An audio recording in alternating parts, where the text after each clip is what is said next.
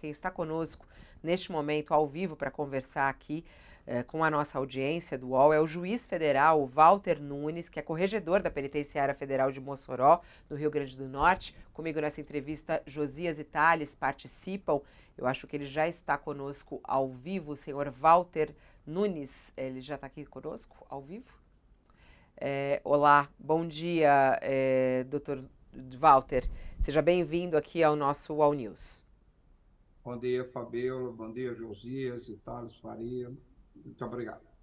Como é que estão as buscas? A gente trouxe a informação mais cedo que foram encontradas pegadas. Eles foram vistos aí nos arredores de Mossoró, senhor Walter. Qual é a informação que o senhor tem? Quais são as novidades por esse trabalho de busca dos dois fugitivos?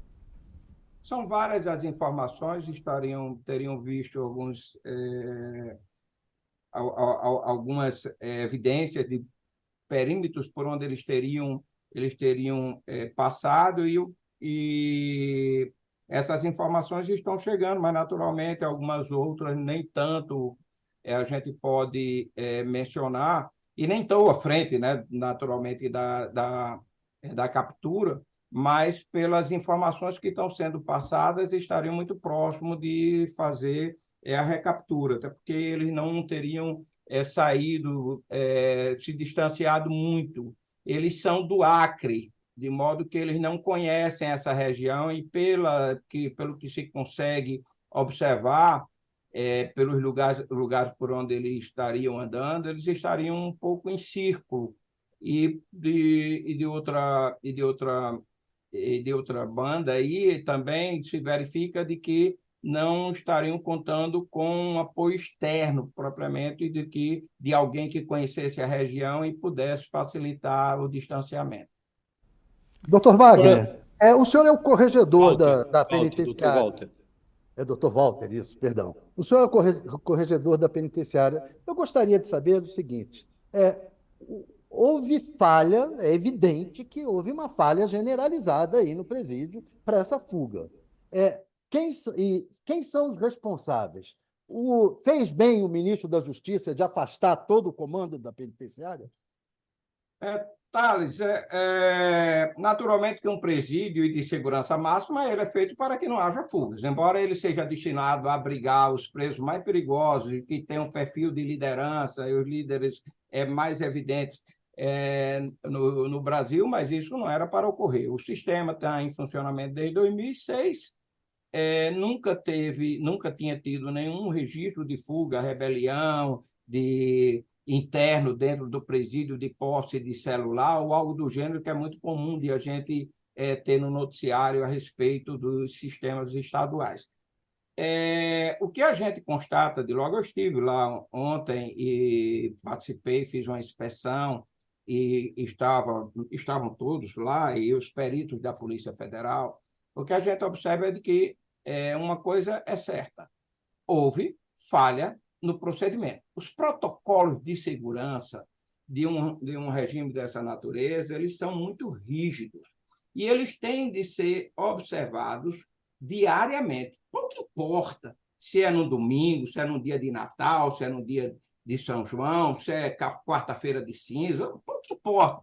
Como se a gente pode fazer um paralelo, um hospital, o médico está de plantão, naquele dia é o trabalho dele. Então, ele está no efetivo trabalho. A folga dele será em outro momento. Então, primeiramente, se constata, porque se os procedimentos tivessem sido adotados, obedecidos, nós não estaríamos aqui falando sobre esse episódio agora. Então, isso é fato. Houve. Isso não tem relação direta com questão estrutural. Pelo contrário, as 5 unidades prisionais federais existentes no Brasil, eles têm o mesmo projeto arquitetônico. A diferença substancial em relação a Brasília é porque, desde 2007, já se tem evidenciado a necessidade de construção de muralhas, que não seria o modelo mais adequado nas circunstâncias e peculiaridades do Brasil, de que fosse no sistema de alambrados com serpentinas, com essas serpentinas de arame farpado, que é muito comum vermos nas Supermax americanas. Então, a ideação no sentido de construir as muralhas já era de um bom tempo, que se concretizou em Brasília em 2019, se eu não estou me enganado, perdendo aqui no tempo. E há um projeto para que isso seja disseminado em todas as unidades prisionais. Então, não é um problema estrutural que levou a essa ocorrência especificamente em Mossoró.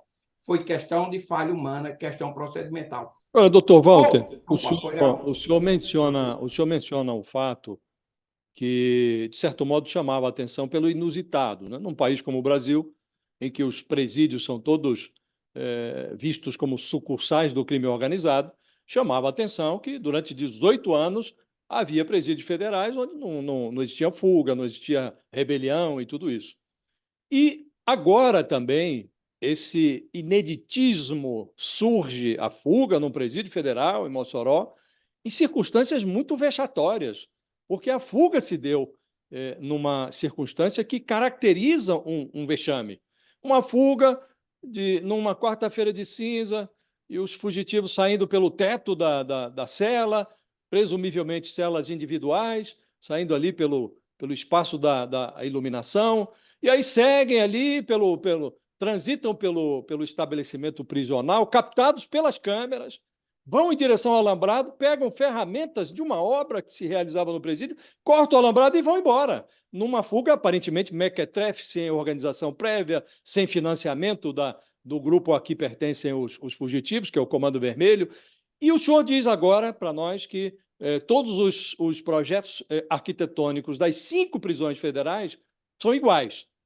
Aí é assustador, o senhor vai me perdoar, porque a forma como essa fuga ocorreu, se os outros presídios, à exceção de Brasília, que tem lá já tem a muralha, são iguais, então a gente pode assistir à repetição disso? Não, eu não acredito, Josias. Primeiro, a primeira indagação que haveria de ser feita é com todas as celas todas as celas das penitenciárias federais, elas são individuais. Todas. E eles estavam no RDD, que, óbvio, se é o RDD, como se sabe, que é o regime disciplinar diferenciado, deve ser mais rígido. O que há de se perguntar é como uma pessoa, dentro de uma cela individual, no presídio de segurança máxima, tinha um instrumento, uma barra de ferro, com a qual ele conseguiu arrancar uma tela de proteção da luminária, porque ele saiu pela luminária, que na verdade é na parede, não é no teto, é na parte da parede. Ele arrancou isso, precisa de um esforço humano, ela é pesada e precisa, com as mãos, é humanamente impossível fazer isso. Então, ele usou esse instrumento. Para além disso, como ele tem uma abertura que ela é retangular. E a abertura não dá para passar uma cabeça, por exemplo. Ele teve que aumentar esse orifício para ele poder passar. Então, aí você me pergunta, a primeira coisa é como é que ele teve esse instrumento lá? Quem entregou a ele ou como ele teve acesso? Porque ele estava preso, ele estava numa cela individual. E aí, pelos protocolos de segurança adotados no sistema, diariamente a cela tem que ser inspecionada. Diariamente, no momento que ele vai para o banho de sol, ele tem o direito a 2 horas de banho de sol. Quando ele vai para o banho de sol, um policial penal tem que entrar, sempre tem que ser 2, e tem de entrar lá e fazer uma inspeção. E onde é que está? Essa inspeção foi feita? Onde é que está essa barra de ferro? Pelo que eu vi lá no local, essa parede é de concreto. Além do esforço humano grande, você não faz isso em poucas horas, não. Se ele fez em um dia, foi um dia todo batendo lá, que eu não acredito. Então, ele pode ter feito isso em 2, 3 dias, 4, 5 dias, e isso não foi percebido, e, concomitantemente, os internos eles estavam em celas diferentes. Foi um trabalho de uma certa harmonia entre eles, contemporaneidade, que eles conseguiram fazer o mesmo orifício, parecido, similar, e saírem para que isso se desse na quarta-feira de cinza. Que pouco importa que seja quarta-feira de cinza, poderia ser qualquer dia, que também a situação seria inusitada e inaceitável para um sistema Agora, o senhor, federal. O que eu quis essa evidenciar, pergunta até que o eu só- Josias lhe fez, né, sobre os outros presídios, e muito do que se falou, né? isso era por isso que eu Presídios queria de evidenciar. segurança máxima. Ainda dá para dizer que eles são presídios de segurança Eu acho que máxima? sim, Fabíola, e digo mais a você: o Brasil precisa. Todos os países precisam de presídio de segurança máxima. Eles funcionaram e muito bem, prestaram um serviço extremamente relevante para a sociedade brasileira durante 18 anos. Não é porque, óbvio, é drástico, é inaceitável o que aconteceu, impacta a todo mundo. Mas isso não quer dizer que o sistema não deva persistir, pelo contrário, ele tem que ser aprimorado. Ele tem que ser, não permitir que isso aconteça. E aí eu queria. Mas ele doutor ainda pode Walter, ser o senhor... chamado, mas o senhor ainda acha que ele é de segurança máxima? Quer dizer, o senhor está falando aí, esse episódio que o senhor está contando, muito boa até o seu relato aí, de como ele conseguiu.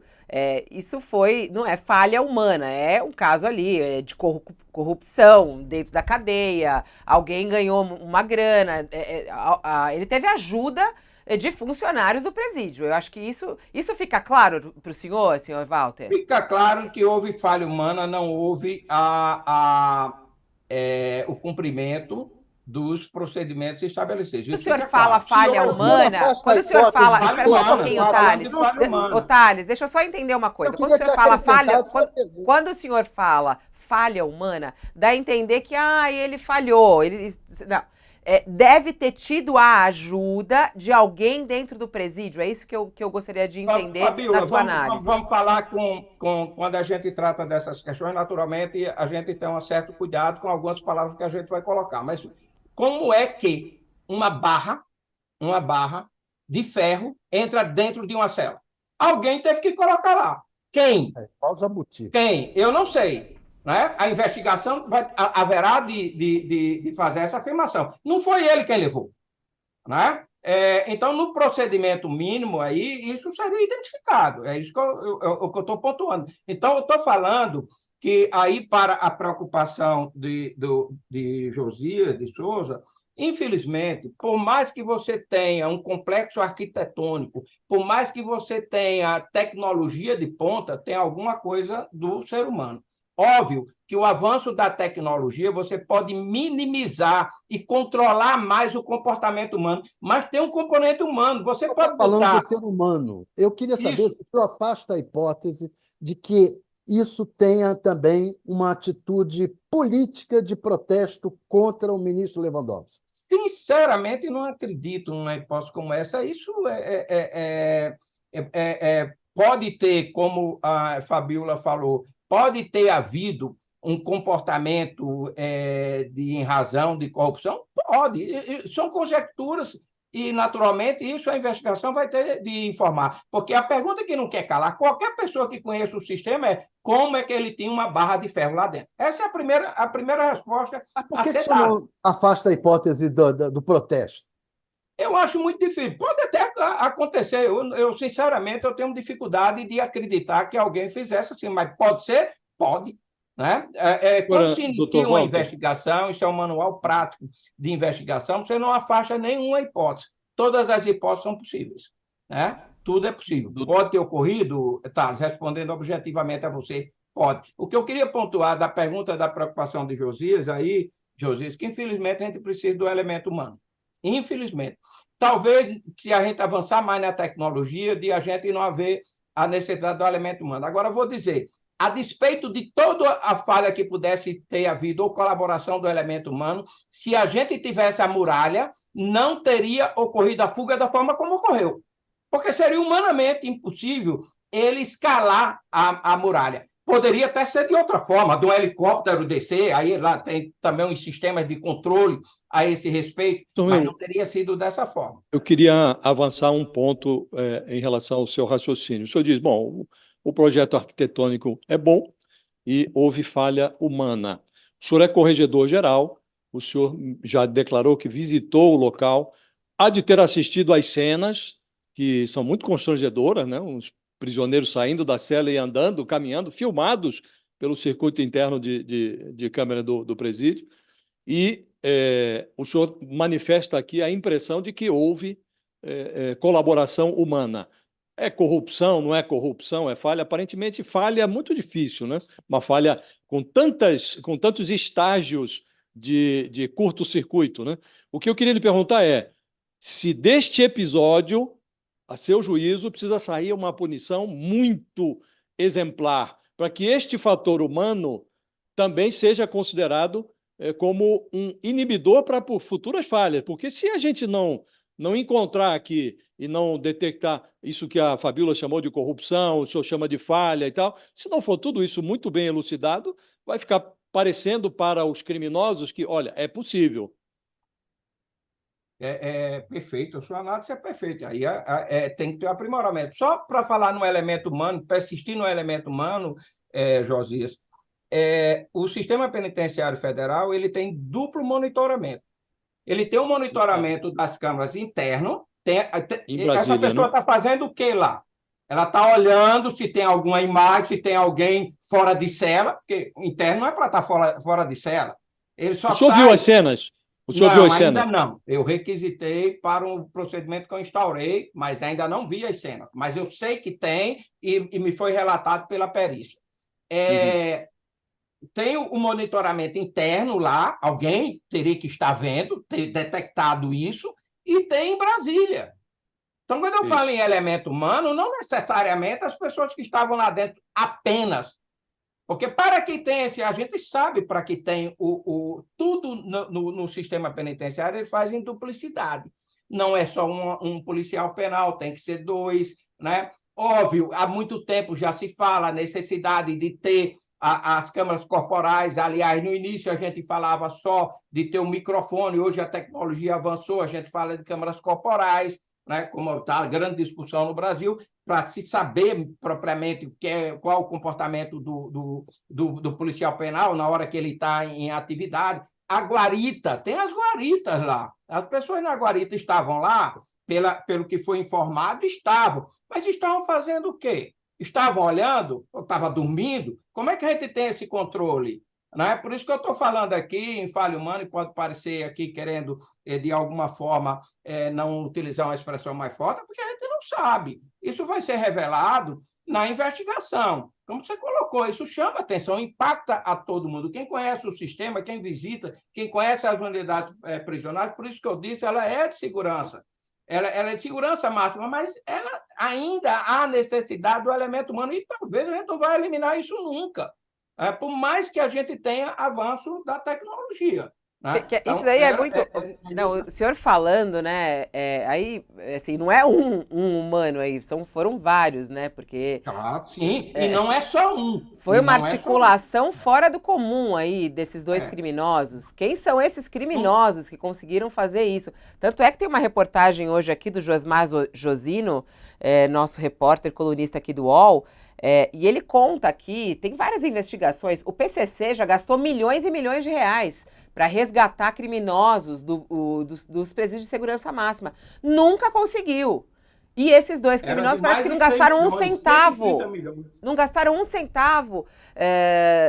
Dr. Walter, eu acho que isso é muito importante a gente entender, quer dizer, não é a primeira tentativa. Esses presídios de segurança máxima, essas facções, elas tentam resgatar seus bandidos e não conseguiram. Tivemos outras frustradas, não é isso? Claro. Isso, na hora que você trouxe, inclusive as maiores lideranças do país, que estava para ser resgatado com uma operação em que tinha mais de 130 milhões de reais envolvido no recrutamento de pessoas e na estruturação da forma de resgate, óbvio que isso também tem acontecido e tem sido testado o sistema... Estamos falando do Marcola, né, doutor Walter? Estamos falando do Marcola, né? Exatamente. Que foi tentado, aliás, em janeiro do ano passado, né? A liberação dele, né? Isso. Isso é um ponto de tensão que vai existir sempre numa unidade de segurança máxima. Então, chama bastante atenção. E ela tem um mínimo de organização, Josias, para você conseguir sair. Né? Ele vai ter que ter um mínimo de organização. Não foi um caso fortuito que deixaram a cela aberta, não é nada disso. É uma coisa, e como foi pontuado, acho que alguém pontuou aqui quando eu falei, pegou uma parte da minha fala. Não é só uma pessoa. Tem que haver um descumprimento de regras por mais de uma pessoa. Vou dar só um outro exemplo. Dentro das regras de protocolo de segurança, além de ir mais de um agente na inspeção dentro da cela para ver se tem alguma coisa, eu acho que algumas imagens têm nas mídias sociais de como é uma cela, não tem onde ele esconder algo dessa natureza. E, para além disso, entram os dois, e no dia seguinte, quando é na outra inspeção, é outra dupla de policiais penais. Esses procedimentos foram adotados? Quem foram os policiais que estavam fazendo? Realmente houve a inspeção ou não houve? Isso é na investigação. Ô, doutor Walter, eu achei muito importante que o senhor aqui deixa bem claro, né, da preocupação sua em relação a essa fuga, o quanto isso traz de preocupação para o Brasil, porque os presídios de segurança máxima são necessários, foram importantes nesses últimos anos, eles têm um papel e que pela primeira vez a gente está contando essa história porque conseguiram burlar tudo isso. Como é que o senhor vê, aí eu queria até, já que o senhor tem sido aí bem sincero conosco nessa entrevista, como é que o senhor analisou a resposta do ministro da Justiça? A gente sabe que a questão da segurança pública, da criminalidade, o combate à criminalidade é uma das grandes preocupações nesse momento do país, do próprio governo Lula, né? Ministro Lewandowski assumiu há pouco tempo e durante a entrevista ele fala, mas era carnaval. O senhor mesmo aqui no meio da sua fala falou, gente, não tem nada a ver com carnaval. Pegou mal. Como é que o senhor viu a resposta? A resposta de um ministro da Justiça que acaba de assumir o cargo como ministro e que tem aí um problemaço pela frente, tem que explicar o que está acontecendo e fala, foi o carnaval. Tá virando piada nas redes sociais essa resposta dele. Como é que o senhor entendeu essa resposta dele? Foi mal? Pegou mal essa fala de Lewandowski? Primeiro, eu quero pontuar que eu tenho uma admiração muito grande e profunda pelo ministro Lewandowski. Eu acho que ele é um dos melhores ministros da história do Supremo Tribunal Federal. Questão pessoal, que eu sei que muitos compartilham desse pensamento.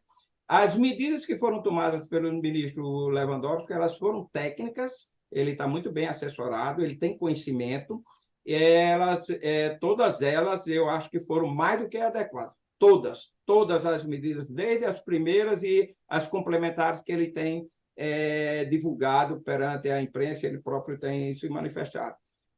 Pode, na hora de alguma colocação, não ser o mais devido. Não é fácil, no momento de crise, quando isso é um momento de crise, a gente não pode deixar de pontuar isso. Mas isso é um momento que, pelo contrário de a gente entender que vulnerou, não tem mais sistema, a gente vai robustecer o sistema, a gente tem que acreditar. Eu gosto de desafios, eu acho importante isso. Eu não queria que acontecesse nada disso, a gente tem uma série de coisas para aprimorar o sistema, até porque com o decorrer do tempo a gente vai aprendendo com experiência. O Brasil não tem experiência nenhuma com presídio de segurança máxima. A gente começou a conviver com isso, nós não temos nem doutrina, não temos experiência empírica nem doutrina. Começamos isso em 2006 e a gente avançou muito, conseguiu construir alguma massa de conhecimento a respeito. Quais podem ser as punições nesse caso, as pessoas, eu falo no plural, as pessoas que propiciaram essa fuga? Quer dizer, houve gente aí no presídio, no plural, que propiciou essa fuga. Quais as punições que eles podem sofrer, que deverão Essa sua pergunta é muito importante, até para eu pontuar uma questão. Foi instaurada uma investigação pela Polícia Federal, porque em tese tem um crime, que é de facilitação à fuga. Quem foge sem praticar dano, isso não caracteriza um tipo penal, que eu acho corretíssimo. Mas, na hora que ele pratica algum dano, ou se ele tem a colaboração de alguém, interna ou externa, o cidadão responde por um tipo penal.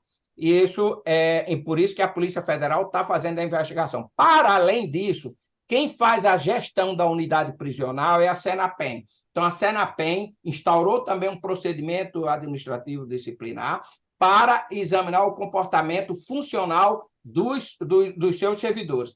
E, além disso, o corregedor do presídio, que, na verdade, é o juiz da execução penal, em razão de ser de sua responsabilidade o cumprimento das regras estabelecidas na lei de execução penal, ele também instaura um procedimento. Na verdade, eu sou provocado a instaurar o cumprimento a partir do momento que o diretor da unidade prisional comunica a fuga. Então, na hora que ele comunicou a fuga, eu instaurei ao procedimento, já determinei que fossem prestadas as informações circunstanciadas de como os fatos ocorreram, com as imagens, fotos de toda a dinâmica que teria sido empreendida na fuga e as imagens existentes. E, a partir daí, a gente vai fazer essa investigação. A minha parte, ela é mais da questão da lei de execução penal para que tenha eficácia o cumprimento das decisões judiciais. Agora, doutor Walter, eu fiquei com uma dúvida, eu queria, antes de encerrar a entrevista, esclarecer consigo. Uma vez que as imagens capturadas pelo sistema de câmeras do presídio são compartilhadas com Brasília, é preciso que essa investigação se estenda a Brasília também, não é? Porque há de haver uma responsabilidade de quem acompanhava essas cenas, ou deveria estar acompanhando, em Brasília, não lhe parece? Isso, a gente tem que ver essas imagens, como era, quem era que estava fazendo esse acompanhamento, porque não basta só você ter a câmera. E tem, em Brasília, na Senapen, tem lá uma área em que fica lá um ambiente grande, eu brinco, digo que parece até a sala do Pentágono, porque são 5 nichos de um conjunto de câmaras para ter o monitoramento em tempo real, também em Brasília. Então, quem era que estava lá olhando as câmeras e não viu, né? O que é que estava acontecendo? Isso tudo, claro, só pode ser esclarecido com a investigação séria. E eu acho, Josias, eu acho que é o grande papel da imprensa. Eu não me furto a dar entrevista para a imprensa e falar com toda a sinceridade daquilo que eu acho que da minha responsabilidade impõe de fazê-lo. E aí, com os esclarecimentos, acho que isso tudo tem que vir a público e a sociedade brasileira saber. Eu sei que Tales, ele falou muito aí, e o responsável, claro, tem que ser responsabilizado. Todos nós somos responsáveis pelos nossos atos, principalmente quem trabalha numa área sensível como essa de segurança. Segurança pública, que é segurança nacional, isso é uma questão de Estado. Isso é de uma importância, todos nós, eu me incluo, eu não sou do executivo, sou do judiciário, eu sou um juiz, mas eu também estou decepcionado, estou muito chateado com tudo o que aconteceu, naturalmente, e como cidadão, né? Isso me preocupa, por isso que eu tenho uma preocupação de deixar, Josias, Fabíola e Thales, esse lado eu confio no sistema. Eu confio no que foi construído pelo Brasil ao longo desse tempo, e não vai ser esse episódio nefasto que estamos vivenciando hoje que vai arrefecer ou que vai dizer que a gente está fazendo errado ou foi feito errado. Pelo contrário. Agora, eu acho que a gente tem que robustecer mais ainda o sistema e compreender mais, e eu acredito que esses momentos assim dolorosos, eles devem ser tomados como lição e a gente aprender para que não ocorra mais. Não pode ocorrer mais o que aconteceu. Doutor Walter, agradeço imensamente a sua gentileza de nos atender aqui, respondendo todas as perguntas. Sei que é um momento difícil, a gente segue acompanhando, né? A gente vê aí que, como o senhor falou no começo da entrevista, parece que estão próximos, né, desses criminosos, e a gente na torcida para que eles sejam recapturados o quanto antes, para que consigam frear aí essa situação horrorosa que a gente está acompanhando de Mossoró. Até uma próxima. Fabíola, muito obrigado, Josias, Thales. É muito importante aproveitar o prestígio do programa para a gente fazer um esclarecimento à sociedade. E, óbvio, o ponto número 1 é a recaptura desses 2 internos que fugiram. Muito obrigado pela oportunidade. Obrigado, doutor.